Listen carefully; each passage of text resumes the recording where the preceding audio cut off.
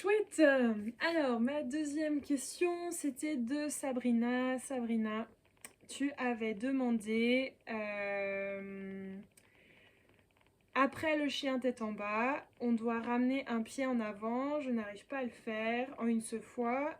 Je l'amène pas très loin devant, en fait. Comment je peux travailler ça pour y arriver? Ok, alors, Sabrina, tu n'es pas la seule, surtout au début, quand de sa pratique en yoga.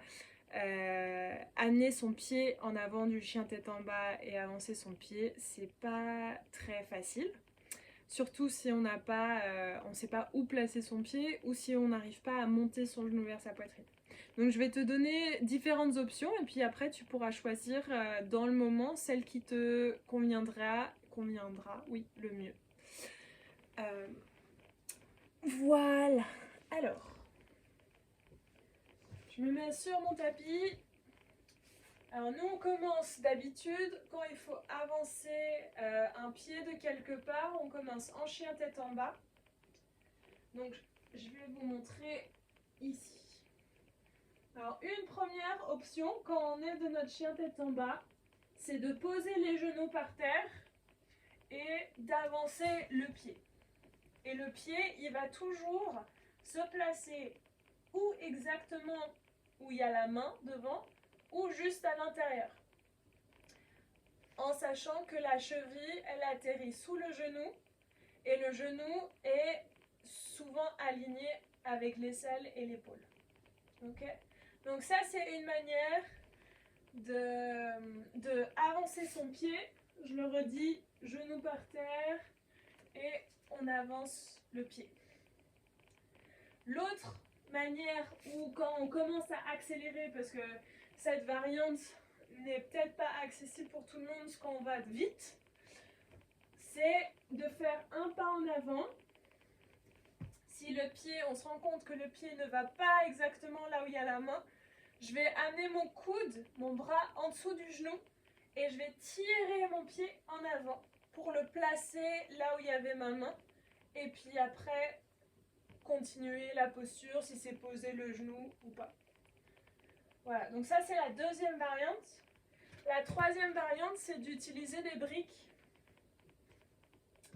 Moi j'aime beaucoup les briques parce que ça rallonge les bras. Moi j'ai des bras courts, donc les briques c'est mes amis. Et donc ici on peut être en chien tête en bas et en fait on va tirer son genou vers sa poitrine le plus possible et après on va placer son pied entre les mains et poser l'autre genou par terre. Voilà, donc ça c'est 3 variantes que tu peux pratiquer chez toi pendant que tu fais ta pratique et tu vois laquelle est plus accessible pour toi dans quel moment. Surtout si vous n'avez pas de briques, les 2 premières options sont hyper chouettes.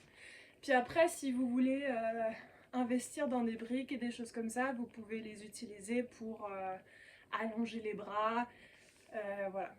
Et si vous avez des longs bras, peut-être qu'en fait vous n'avez pas besoin de briques, vous avez juste besoin de travailler le tirage du genou vers la poitrine. Parce qu'à chaque moment, si vous avez vu, mon genou il vient se coller le plus possible vers mon épaule, mon aisselle et ma poitrine pour que je puisse glisser la cheville en avant, le pied en avant. Voilà. Donc, j'espère que Sabrina, ça répond à ta question. Et puis, n'hésitez pas si vous avez des questions d'autres par rapport à la pratique ou par rapport à ce qu'on fait. Et j'ai hâte de vous retrouver demain matin pour notre pratique de sadhana. À demain!